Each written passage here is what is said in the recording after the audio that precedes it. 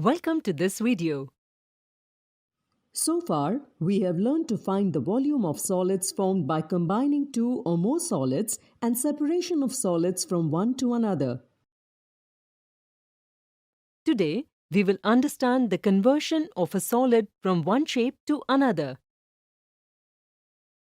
Suresh has a box of sweets, which contains 3 kilos of barfi. If the weight of each piece of barfi is 20 grams, can you tell how many cubes of barfi will be there? We have studied such situations in our previous classes, based on which we can say that there will be 150 barfi pieces in the box. Now, let's look at this piece of wood. Its length is 15 centimeters, width is 6 centimeters, and height is 8 centimeter. Can you guess the volume of this piece of wood?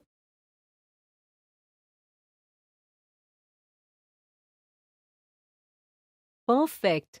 The volume of this piece will be 720 cubic centimeters. If this piece of wood is cut into 3 equal pieces like this, can you find the volume of each small piece?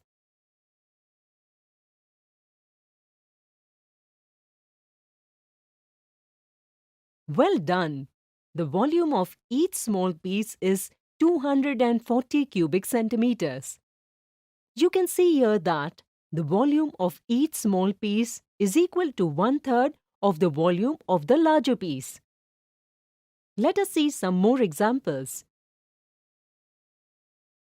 If we cut this piece of wood into 5 equal pieces this time, the volume of each piece will be 144 cubic centimeter, which is equal to 1/5 of the volume of the larger piece. So, we can say that if a solid is converted into a smaller solid of equal measure, then the product of volume of the small solids and the total number of small solids is equal to the volume of the larger solid. Is it true for the entire surface area of solids? If we take this piece of wood and if we calculate the surface area of these 5 pieces made from it,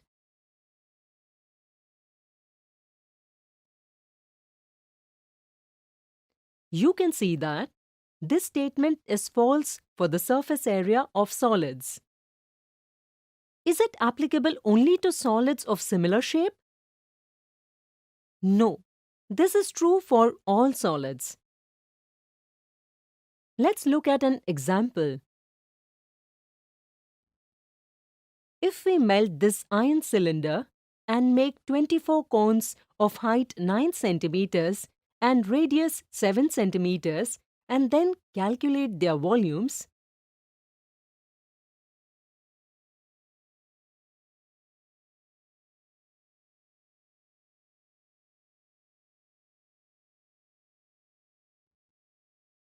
we will realize that this statement proves to be true even in this case. Today, in this video, we learned that on converting a large solid into small solids, volume of large solid is equal to volume of small solid multiplied by the total number of solids.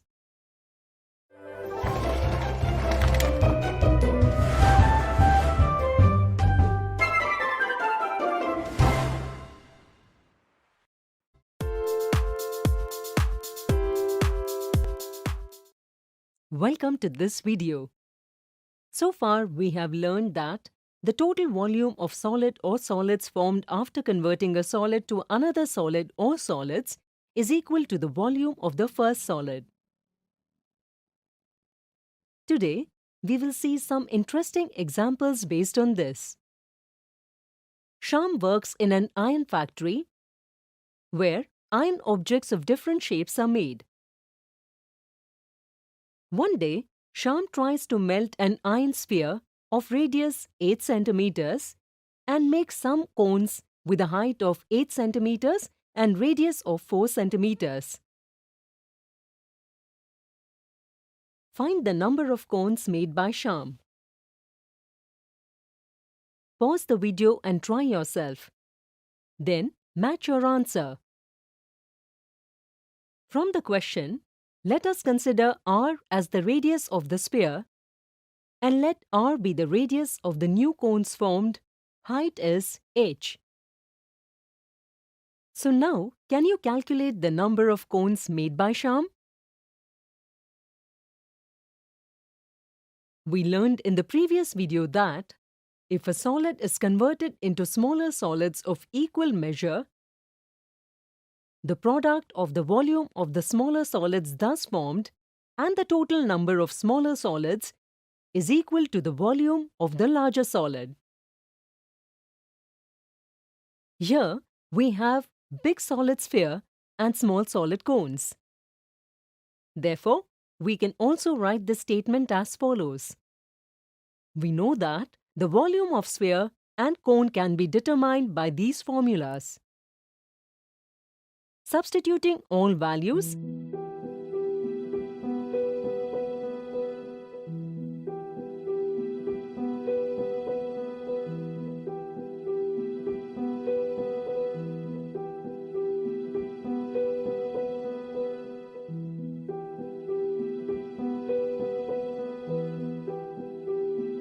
we get 16.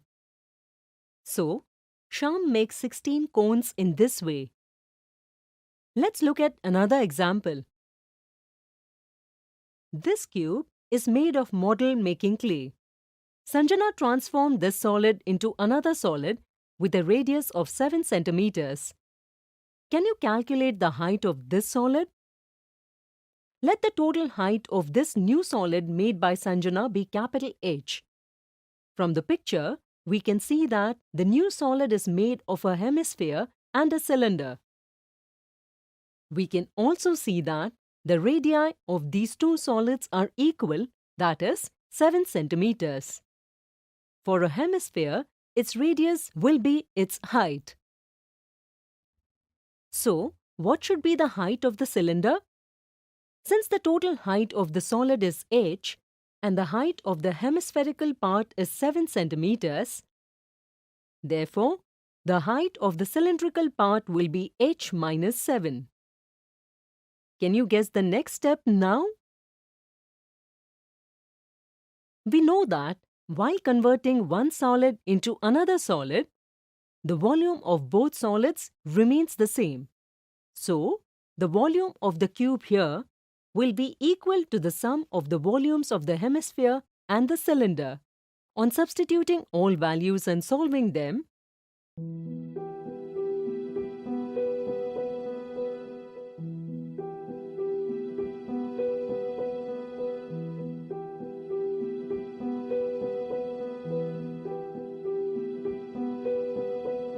we get h equal to 10.98. So, the total height of the new solid will be 10.98 centimeters. Today we saw examples based on conversion of solids. In the next video, we will see some more such interesting examples.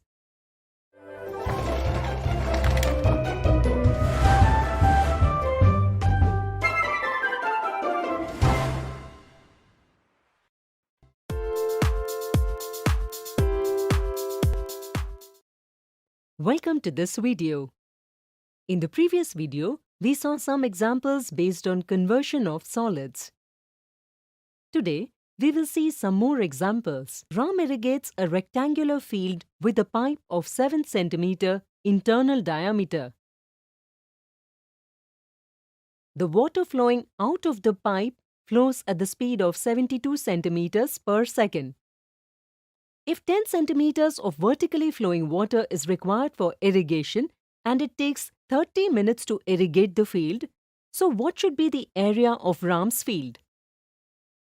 Pause the video to try yourself and then check your answer. We know that the pipe fills the field in 30 minutes. So, we can say that the volume of water coming out of the pipe in 30 minutes is equal to the volume of water filled in the field in 30 minutes. Can you calculate the volume of water coming out of the pipe in 30 minutes? We know that the pipe is shaped like a cylinder whose internal diameter is given to us, that is 7 centimeters. We can calculate the radius by dividing the diameter by 2, that is 7 divided by 2. We will also need its length to find the volume of water coming out of the pipe. Let's assume for a while that the water is flowing out of a never-ending pipe. The question states that the flow of water is 72 centimeters per second. That is, water covers a distance of 72 centimeters in a second. So, the distance covered by water in 30 minutes will be 72 multiplied by 60 multiplied by 30 centimeters. Now, if we assume that the water is static for some time, can you guess the volume of this water? Well done. We can do this with the help of this formula, where r is the radius of the pipe and h represents the distance travelled by water in 30 minutes.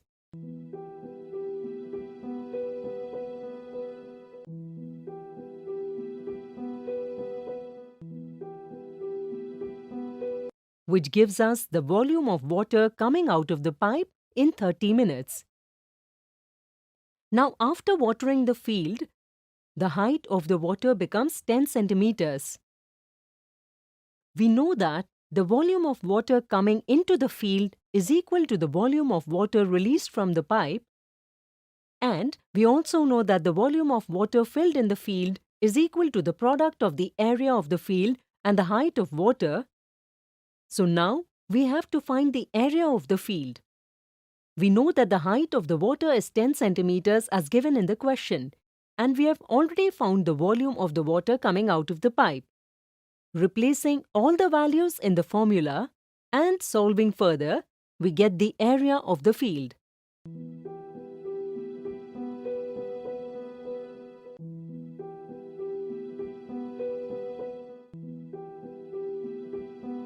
So, the area of Ram's field is 49.896 square meters.